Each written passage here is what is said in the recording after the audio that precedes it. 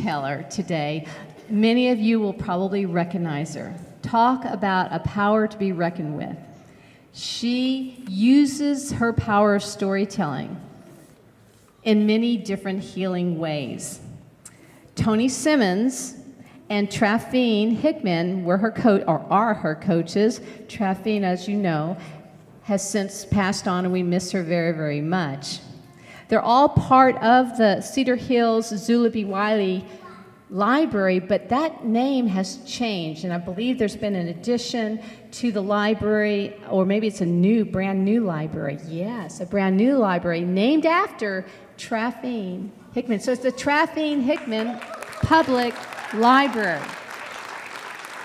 Yes. So with that said, let me introduce to you the beautiful Saniyah McGrew. Come on up here, Saniyah. Yes. And I love her t-shirt also. So Saniyah's been a teller since the age of 6, under the guidance of Tony Simmons and, of course, Trafine Hickman. Now, this has afforded her many opportunities throughout the years. She was able to participate with the inaugural Loud and Clear talk presented by Loud Women Lead. Saniyah is the teen superintendent in the CHISD school district, and she is with the National Association of Black Storytellers. That is amazing. Yes. So it's an honor to introduce all of these kids, and Saniyah is going to finish it up for the youth. But remember, we have one unbelievable teller after this also. Take it away, Saniyah. Thank you. Like she said, my name is Saniyah McGrew, and today I'll be telling you the story of the fisherman and his wife. A long time ago, there was a man named John, and he was a fisherman. And John was married to this beautiful woman named Patrice. Now, all my husbands out in the crowd, you love your wives, right? Right? Yeah, we love your wives. And John loved his wife Patrice so much he didn't want to do anything to make her unhappy. Every day, John and Patrice had a routine. John would wake up, give Patrice a kiss on the cheek. He'd get dressed, brush his teeth, eat his breakfast. Then he'd walk out the door, row out to sea, and put his rod in the water. Then he'd wait and wait and wait until he got a bite. And if he didn't get anything by lunch, he'd go back to his house, eat lunch with Patrice, catch up about their day and all of that stuff. Then he'd row back out to sea, put his rod back in the water, and wait and wait and wait some more until it was dinner time. And if he didn't catch anything by dinner time, he'd row back to his house, eat dinner with Patrice, get dressed, take his shower, get dressed, and then go to sleep. And every day it was the same routine. Until one day, something was different. The morning was the same. He woke up, gave Patrice a kiss on the cheek, ate his breakfast, brushed his teeth, all of that good stuff, rowed out to sea, put his rod in the water. Then he waited and waited and waited some more. And right when he was about to go out to lunch, he started to feel something. He finally caught a fish. He started to reel it in. Can you guys reel it in with me? He started to reel it in. Oh, this was a big fish. He pulled it, and up from the sea flew up this beautiful fish. It had gills the color of the rainbow. It was just breathtaking. John just sat there for a second, but then he heard something.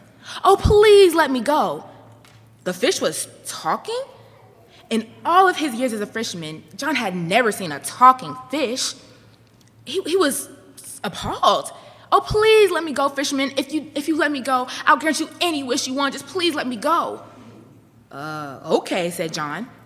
He just had to get back home and tell Patrice. He ran through the door. Patrice, wake up. Oh, Patrice rubbed the sleep out her eyes. What is it, John? I just saw a talking fish, and it said if I let it go, it would grant me any wish I wanted. Well, what did you wish for? Asked Patrice. Nothing? Oh, John, look at the house we live in. John and Patrice lived in this tiny little shack. Oh, I want to live in a beautiful cottage, John. Now go back out to sea and tell that fish that I want to live in a beautiful cottage. Like I said, John didn't want to do anything to make Patrice unhappy. So he rowed back out to sea and called for the fish. Fish, oh magical fish, where are you? The fish swam up to the boat, rose up out of the water, and said, yes, fisherman, how may I help you? Well, my wife Patrice would love to live in a beautiful cottage. Can you do that for us? Sure, said the fish. John rowed back home, but he didn't see his little old shack anymore. He saw this beautiful cottage. Patrice ran out the door and said, "Oh, John, I just love it." And for a few days, they were happy. Until Patrice started to sulk. "Oh, John, I love my cottage, I really do, but I want to live in a palace." "A palace?" said John. "Well, it's only the two of us." "I know, but I still want to be in a big, beautiful palace. Now go out to sea and tell that fish that I want to live in a palace." Like I said, John didn't want to do anything to make Patrice unhappy. So he rowed back out to sea and called for the fish. "Fish, oh magical fish, where are you?" The fish swam to the boat, rose up out of the water, and said, "Yes, fisherman, how may I help you?" "Well, my wife now wants to live in a palace. Can you do that for us?" "Sure," said the fish. John rowed back home, and it wasn't the beautiful cottage anymore. It was this huge, amazing palace. Patrice burst out the doors, and she said, "Oh, John, I just love it." And for a few days, they were happy. Until Patrice started to sulk. "Oh, John, I love the palace, I really do, but we're just a fisherman and his wife. A palace is built for a king and her queen." "You know what? You should go out there and tell that fish that I want to be the queen. And I guess that makes you the king." Okay, said John. Like I said, he didn't want to do anything to make Patrice unhappy. So he rowed out to sea and called for the fish. "Can you guys help me this time?" "Fish, oh magical fish, where are you?" The fish swam to the boat, rose up out of the water, and said, "Yes, fisherman, how may I help you?" "Well, my wife said that a palace is built for a queen, and she said that makes me the king. Can you do that for us?" "Sure," said John. The fish. I'm so sorry. This story is very confusing. Patrice just wants so much stuff. Well, John rode back to his house, and he didn't see this big, beautiful palace like it was before. It had a long line of people outside of the door. This was weird. What are all these people doing at his house? He decided to walk up to one of them and ask them what was up. He walked up to somebody in the line, and they just bowed. That's weird. He walked up to his huge double doors, and there were guards there. They opened the doors and rolled out this red carpet, and at the end of the carpet, he saw two huge thrones, one for him and one for Patrice. He walked down the carpet. He felt great. He sat on his throne, and for a few days, they were happy. Until Patrice started to sulk. "Oh, John, I love being the queen, I do, but I want to become the empress."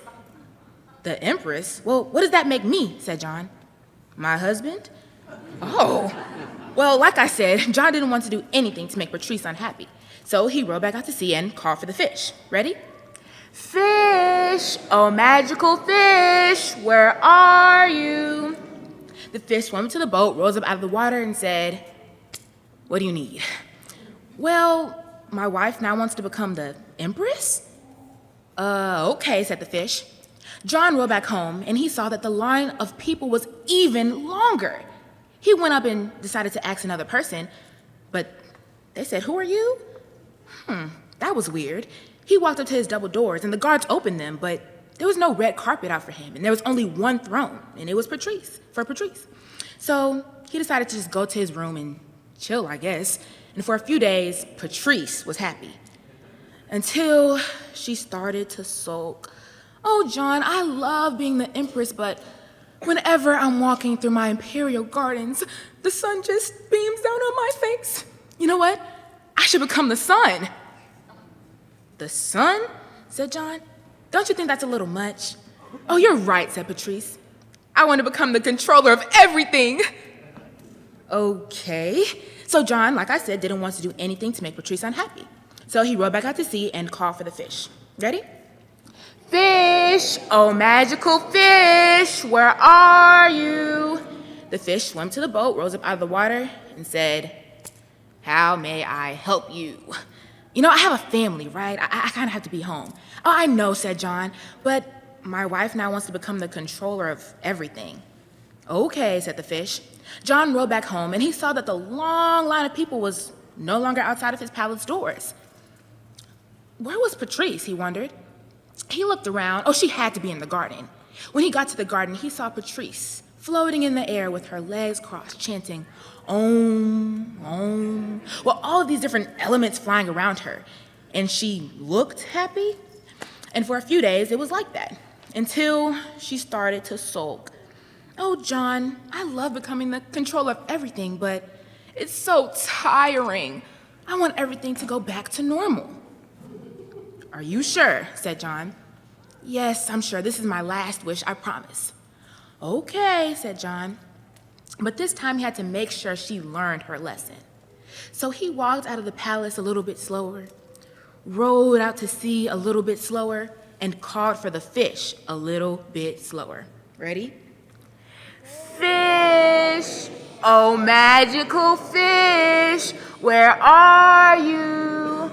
The fish swam to the boat, rose up out of the water, and said, Yes, fisherman, how may I help you? I promise this is our last wish, but my wife wants everything to go back to normal. Are you sure? Said the fish. Yes, I'm positive. Thank you so much. Okay, see you around, fisherman. See you around, fish. John rowed back home, and it wasn't this big palace anymore. It was his small little shack. Patrice peeped out the door. Dinner's ready, and they lived happily ever after. Thank you.